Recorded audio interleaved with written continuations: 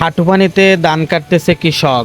কৃষকদের কর্মব্যস্ততা অনেকটাই বেড়ে গেছে। বোরো ধান পেকে গেছে, কাজে সবাই ব্যস্ত। ধান কাটা শেষ, আটি নেওয়ায় ব্যস্ত কৃষক। আবার কেউ কেউ মাঠ থেকে আটি নিয়ে ফিরছে গন্তব্যস্থলে। সম্মানিত ভিউয়ার্স, আসসালামু আলাইকুম। আরো একটি নতুন ভিডিওতে আপনাদের স্বাগত জানাচ্ছি। আজকের এই ভিডিওতে দেখাবো গ্রামের মৌসুম শুরু হয়ে গেছে, ধান কাটা একদম পুরোদমে শুরু।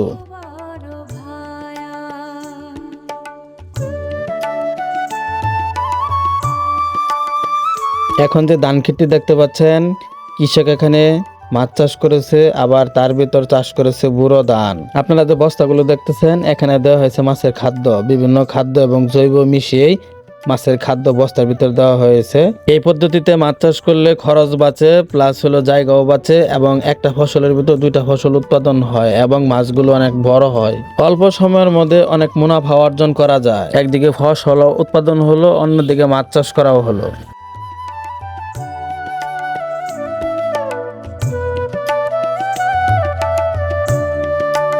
এই কৃষক এখানে ধান কাটায় ব্যস্ত, তবে বৃষ্টির জন্য হয়েছে পানি, সেই পানির ভিতরেই কিন্তু উনি নেমে ওনার ফসলগুলো কিন্তু কাটতেছে। পানি এবং কাদা বেশি থাকার কারণে কিন্তু এই সমস্ত ফসল এখানে কাটতে কিন্তু খুবই কষ্ট হয়। যদি উঁচু কান্দা জমি হতো তাহলে হয়তো ফসল কাটা আরো আগাইতো এবং বেশি কাটা যেত, কিন্তু যেহেতু এখানে কাদা এবং পানি মিশ্রিত রয়ে গেছে, এই জন্য এই ফসল কাটতে অনেকটা সময় লেগে যাবে ওনার। এটা কি বেশ ধরতেছেন নাকি? না ওই ঠিক কোন দে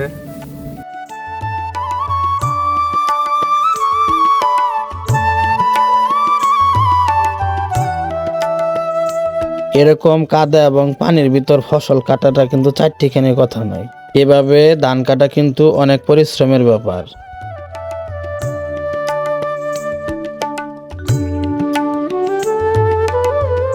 এভাবে একটা একটা করে আটি বেঁধে, একটা করে আটি এই কাদার ভিতর টেনে টেনে এভাবে উঁচু স্থানে নিয়ে এসে রাখা হয়।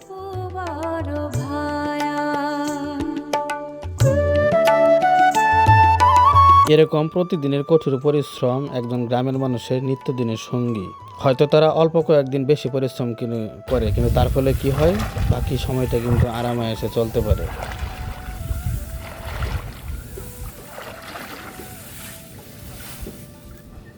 আল্লাহ এরকম কঠোর পরিশ্রম করে গ্রামের মানুষ প্রতিনিয়ত তাদের জীবিকা নির্বাহ করে এবং এরকম পরিশ্রমের কাজ করে থাকে।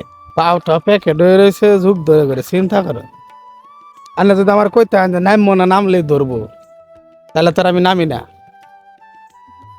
ভিডিও করার জন্য আমি এই পানিতে নামছিলাম, ওরে বাবা বাবা আমাকে যোগ ধরছিল, আমি একদম ভয়ে তাড়াতাড়ি করে কান্দায় উঠে পড়ছি। সেদিনকে লালচান বাড়িতে গেলাম, কলে ঝুঁক নাই, কমে গেছে।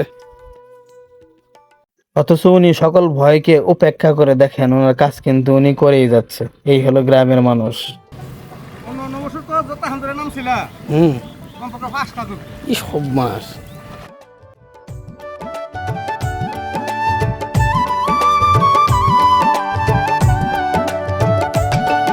তা আমি আমার এই বের দেওয়াখানির যুগ কমাই মাইরা তারপরে মিলে খালাইয়া।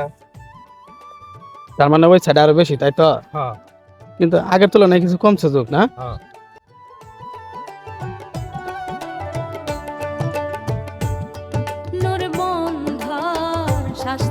এ পাশে আর এক ভাই ধান কাটতেছে, চলেন ওনার সাথে একটু কথা বলে আসি। তুই ডুহে মানে সারা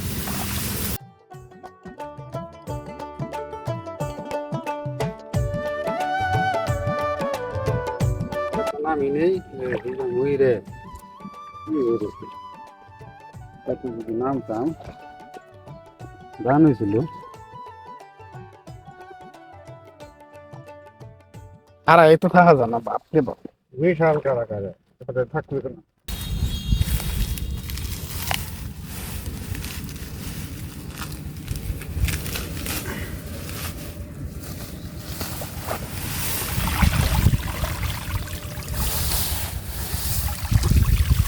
ধান নরম দুইটা এটা কি জাত কে এটার? শক্তিবান দুইটা ধরলে লাফ মারিস নামাকে তো আমি ওদিন নামছিলাম, কই ঘুরে মুড়ে এলাম। গতবারের তুলনা এবার যুগ নাই বন্ধ। দূরাত খেতে আজা খালি ধানই হয়েছে না খেত চোষা হবো চুষা হইলেও খারাপ হয়েছে না কিন্তু ধান আল্লাহ দিলে ধান ভালো হয়েছে এটা স্বীকার করে লাগবো যে না ধান ভালো হয়েছে। এখানে নির্ভরকে ধান হয়েছে আল্লাহ দিলে। হ্যাঁ।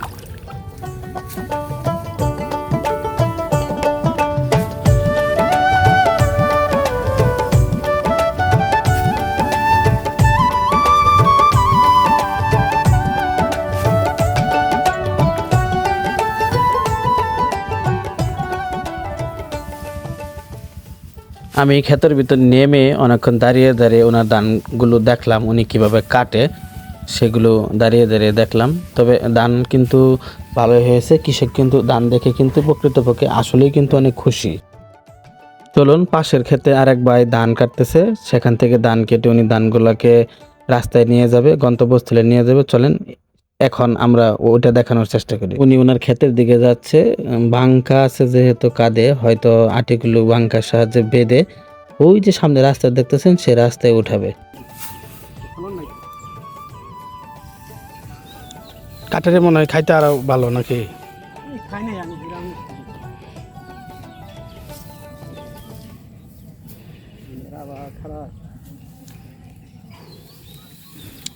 আটি কয়টা করে নেওয়া যায়? 8টা।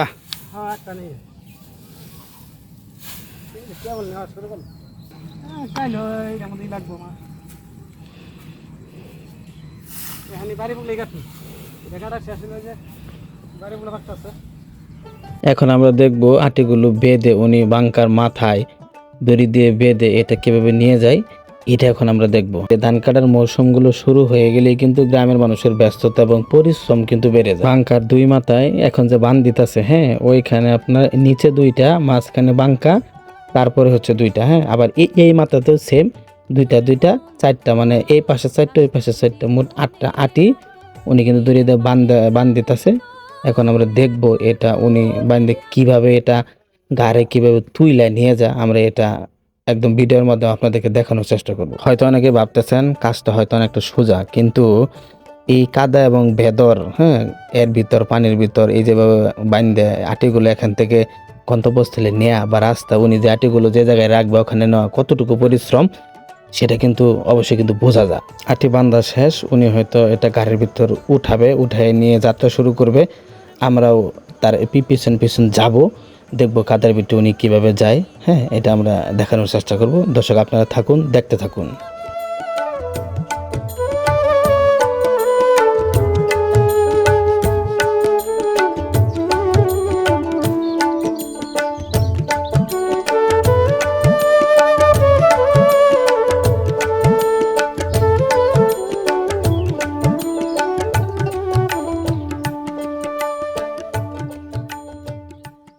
আমিও কিন্তু পিছন পিছন আছি, দেখেন এক একটা কাদার ভিতরে মনে হচ্ছে যে উনি এদিক ওদিক পড়ে যাবে, অথচ দেখেন মানে গ্রামের মানুষরা কতটুকু মানে তারা পরিশ্রম করতে পারে, দেখেন হেলে দুলে যাচ্ছে, মনে হচ্ছে যেন পড়ে গেল, কিন্তু তারপরে উনি কিন্তু ওনার আটি কিন্তু গাড়ি নিয়ে এই যে 8টা আটি নিয়ে উনি কিন্তু যাচ্ছেই।